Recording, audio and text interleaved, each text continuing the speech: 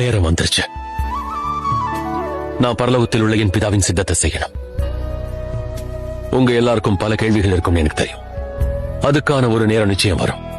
ஆனா இப்போதைக்கு என் கூட வருவீங்களா? ஆண்டவரே,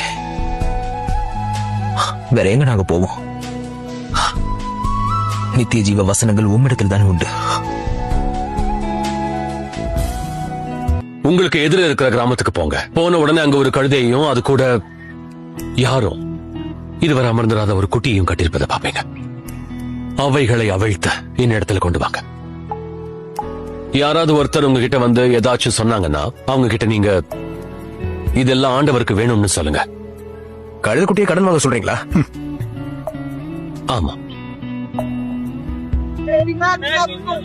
அங்க பாரு, யாரும் அமர்ந்திராத ஒரு குட்டி.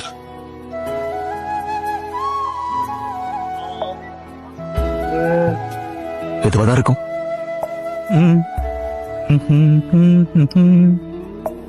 யார் நீங்க? எதுக்கு என் எஜமானரோட கழுத குட்டி எடுக்கிறீங்க? இது ஆண்டவருக்கு தேவைப்படுது. எங்க எஜமானர் கொஞ்சம் பொறுங்க. இதை எடுத்துட்டு கழுத குட்டி மேல யாரும் உட்காந்துருக்காங்களா? தயவு செஞ்சு பதில் சொல்லுங்க. இல்ல, யாரும் உட்காரல. ஆனா இத பத்தி ஏன் கேக்குறீங்க?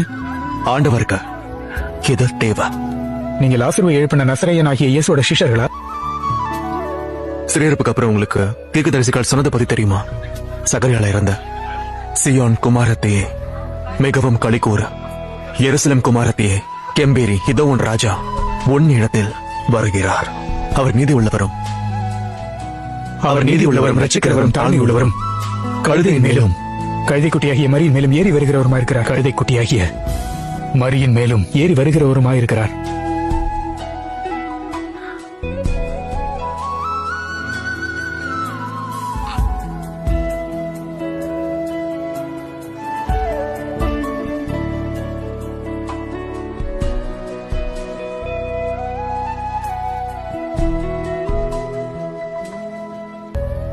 இந்த வாரம் நடக்கிற விஷயம் எதுவா இருந்தாலும், நீங்க எதை பார்த்தாலும், உணர்ந்தாலும், நினைச்சாலும் இல்ல செஞ்சாலும், இந்த உலகத்துல உங்க எல்லாரையும் ஏன் சொந்தமா நான் நேசிச்சேன்னு நீங்க தெரிஞ்சுக்கணும்.